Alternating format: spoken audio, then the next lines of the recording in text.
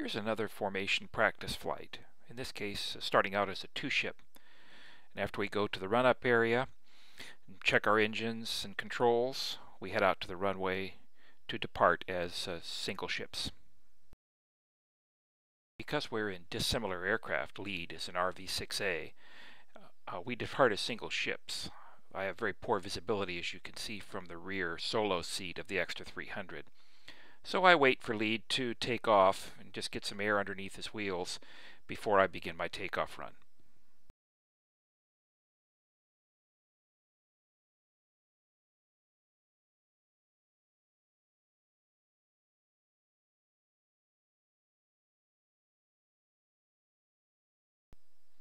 After takeoff, lead continues straight ahead for maybe a mile or so, and then he begins a gentle left turn out of the traffic pattern.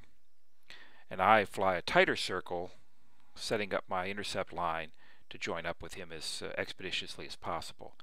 In this case, I'm doing a join to the outside because it's a more challenging maneuver and I need to practice it. When you join to the outside, you have to balance aircraft control, intercepting on the inside of the arc, but yet preserve enough energy to join up with the airplane and not get stagnant behind the lead aircraft.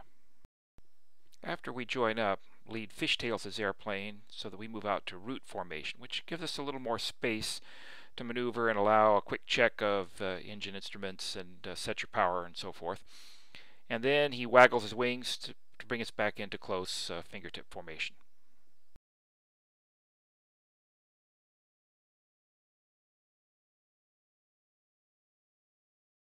As we maneuver, look to the left and notice that a red Extra 330 LC joins up for a little bit of practice as a three-ship. That aircraft, like lead, is flown by an experienced Air Force fighter pilot. We often join up and practice formation flying when we're out in the area. Lead coordinated the rendezvous over the radio per our pre-flight brief. In the distance to the left, you can see the mirrors that are part of a solar power plant project that's under development south of Boulder City.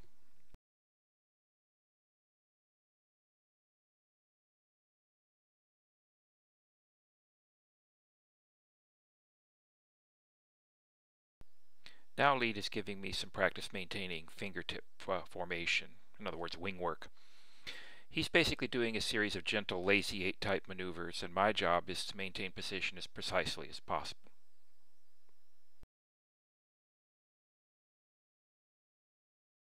Ideally, as we climb, turn, and descend, the perspective of his aircraft shouldn't change.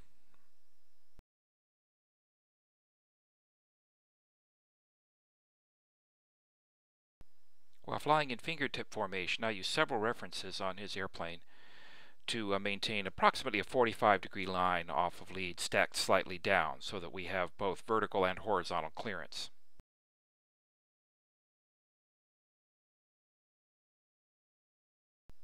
If lead turns toward me, I have to reduce power because I'll be flying a tighter circle, and I also have to adjust my flight path a bit to maintain the proper stack. If he turns away from me, I have to add power and climb up a little bit to maintain my position when I'm turning outside of his turn.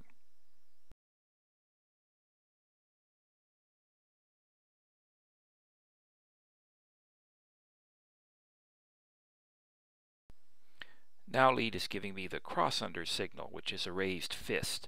I nod my head to acknowledge and slide my airplane slightly down and behind his airplane to move over to the other side of the formation.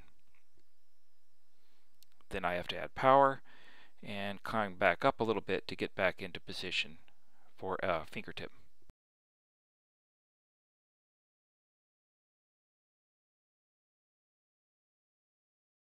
Now to give me practice flying off his left wing, lead continues a series of lazy 8 type maneuvers.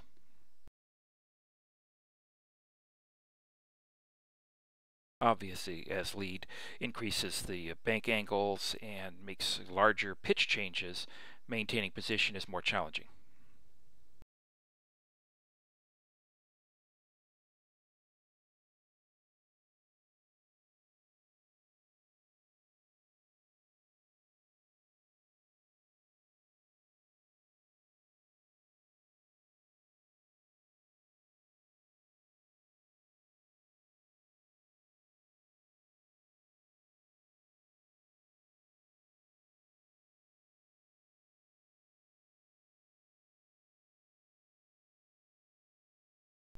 Now lead is called for an echelon turn, which is a maneuver you use typically when you have a larger group of airplanes flying together or when you're in route formation or in the traffic pattern. We're doing it here to give me more practice with this challenging turn. In an echelon turn, I try to keep lead's canopy tracking roughly along the horizon, and I try to stay in close position so that when we roll out of the turn, we'll be back in the ideal fingertip position.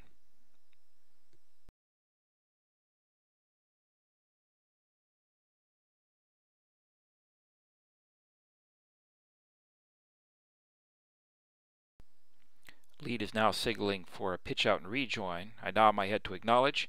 He breaks away, and then I follow at the designated interval, rolling into a 60-degree bank, a level turn, keeping lead in sight as I come through the turn, and falling into position directly behind him. Another basic formation maneuver to get in a group back together again as expeditiously as possible. Now in this case I'm doing another rejoin to the outside for practice. Normally you join on the inside of the turn if you're number 2 in a 2-ship.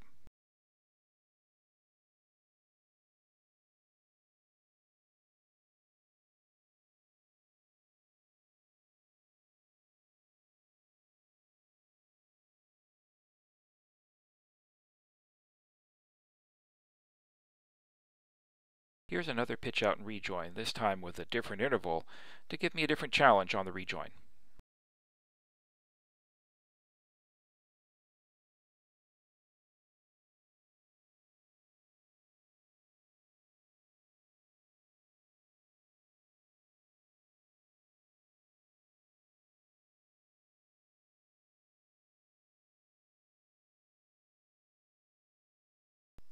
Each time after the pitch out, I call 2's in as soon as I'm directly in position behind lead to let him know that I'm ready for the rejoin. Lead then signals the rejoin by rocking his wings. He first dips a wing to indicate the direction of turn for the rejoin. When lead establishes a constant rate turn, I move slightly to the inside to set myself on the 45-degree line and then slide up into position. Ideally, I don't need to adjust power until the very end of the join.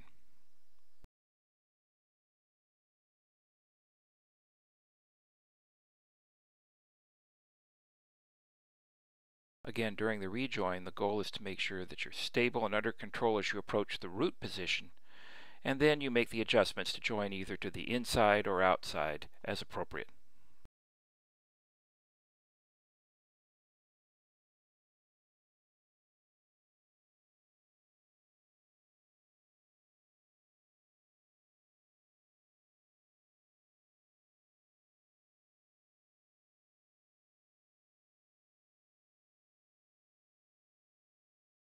Now lead gently porpoises his airplane to indicate that he wants me to move to close trail position.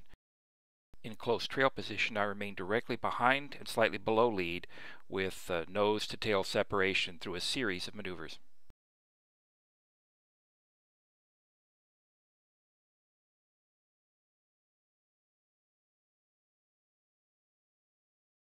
The goal here, just as in fingertip formation, is to maintain a precise, smooth, steady position as lead maneuvers his airplane.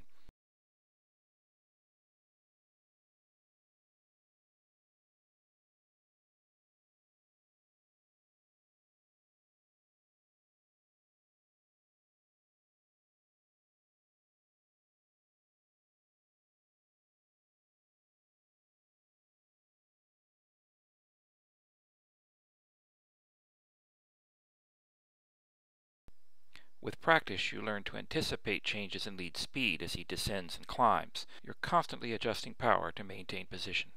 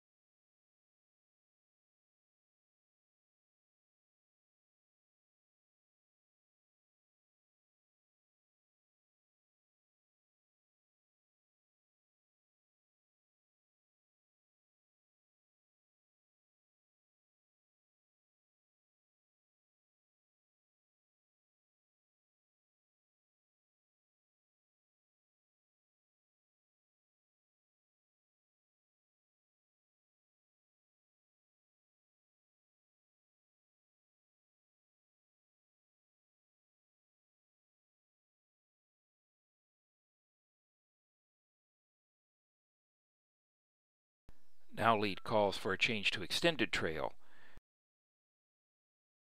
He breaks away. I delay for about 2 seconds and then roll in behind him.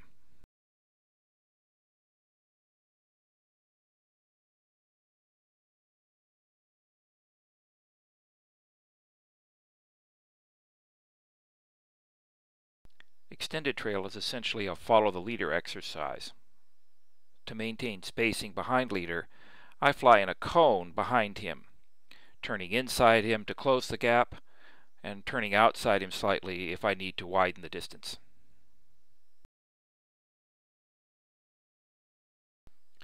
This is a basic exercise to help you learn how to maintain position without using power.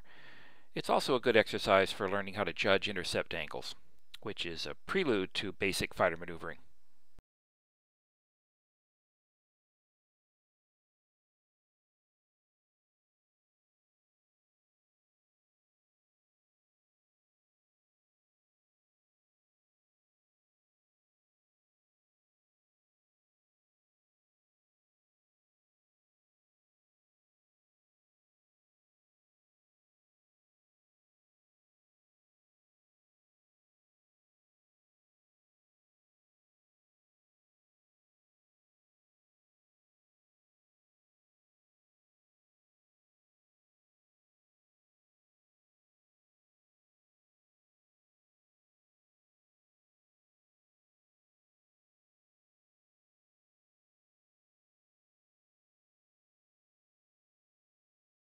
Once again, lead has signaled for a rejoin, and again for practice I'll join to the outside rather than the standard procedure, which would be to join to the inside of the turn.